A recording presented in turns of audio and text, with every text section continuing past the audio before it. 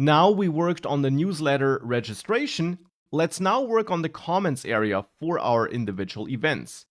Here the goal is to again add an API route which accepts incoming data, this entered data, and then for the moment just logs it to the console, but which in addition also returns data for GET requests. And the API route should be dynamic because the ID of the event to which the comment belongs should be encoded in the URL. That was part of the instructions. Hence, I'll add another API route in the Pages API folder, and I'll use square brackets in the file name here, since it will be a dynamic API route. And I'll name my dynamic path segment identifier here event ID, because that is what should be encoded in the URL. Now we could leave it here, but I will actually create that file in a comments folder so that the full API route to reach that file and to execute the code in that file will later be /comments/some event ID. Because I think that is easier to read and makes more sense than just /some event ID. There it's not clear that this refers to comments. If the full path is /comments/some event ID, that makes more sense. And of course there's /API in front of all of that. So therefore here we can again define our handler function, which gets a request and a response, and export that inside of this event ID file, like this. And now in there we need to handle two different cases. The case that it's a post request which we get, and the case that it's a get request. Hence again, we can check the request method here and check if it's post and then do something, and then also check else if, or in another if statement thereafter, if request method is get. And if it's something totally else, we do nothing, and therefore we don't return a valid response, but that's fine because for this application we don't intend any other usage. So now here we support post and get requests, and we can now implement the different logic. Now in both cases we need to know for which event we should add a comment or return the comments. That's why we made this dynamic. And hence, before we dive into any if block, we can already retrieve the event ID from request query. That's what you learned in the last section. This is how you can get access to the concrete value entered in the path as a value for this placeholder. So here it's request query.event ID because I chose event ID, written like this, between my square brackets. If you chose a different identifier here, you have to choose a different property here. Now with that I get my event ID though. Now what we want to do differs on which request method we have though. If it's a post request, we get data for a new comment. So then we want to add server-side validation here, because I mentioned that you can't trust client-side validation. Therefore here I will add server-side validation and check if the entered data is correct.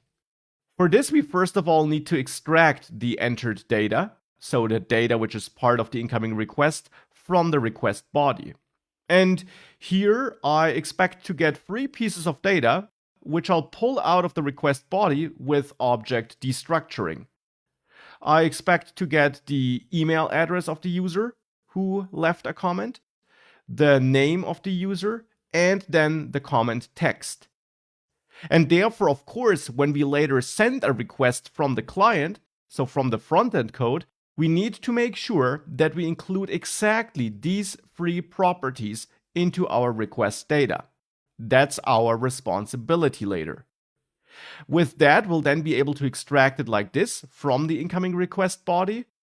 And then we can add validation logic. We can check if not the email address includes an @ symbol, or if we don't have a valid name, or if name, if we trim it, is equal to an empty string, which would also be invalid, or if we don't have a text, or if the text, if we trim it, is equal to an empty string. If any of those conditions here is met, the input is invalid, and then I want to return. I don't want to continue with the function execution, and I then also want to send back a response with a status code of 422, which stands for invalid input, and some message of our choice. For example, we could say invalid input. Of course, you could add a more elaborate validation, but that's good enough for now. So with that, we validate the user input.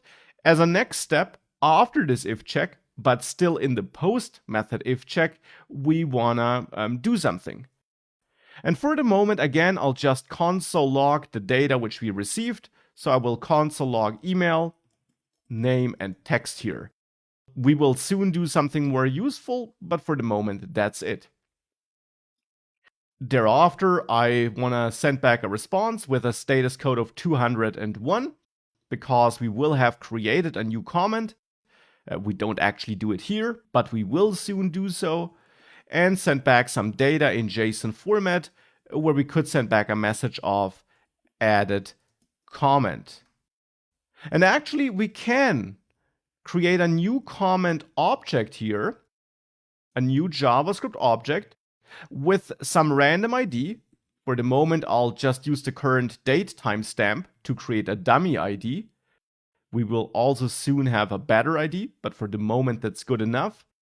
And then add email, name, and text here as fields in that object. And therefore, then, as part of the response, not just send back the message, but also the comment that was created, that new comment. So that we create it here and we send it back. And actually then we can also log that new comment here instead of the individual inputs. So that is then my actual logic for this case, for the post case. Now, if we get a GET request, we want to send back a list of comments. At the moment, we have no such list because we have no data source, no database yet. And therefore, at the moment, I will just create a dummy list of comments, which is an array where I add a couple of dummy comments with an ID, a name for the user, and an email address like this, and then also the comment data. Actually, we don't even need to add an email address because we will not use that on the front end anyways when displaying the comments. So here, let's maybe also name this text. And then let's add a text like a first comment here. And then add a second comment with C2 by manual, where I say a second comment. And of course, it shouldn't be a fist, but a first comment. Okay, so that's my dummy list of comments, which we will later replace with an actual list coming from a database. But for the moment, it's this. And then we send back a response with a status code of 200 with some JSON encoded data, where we have our comments, which is just this list of dummy comments for the moment. And that's the API route for the comments feature. Now let's send the appropriate requests from the front end.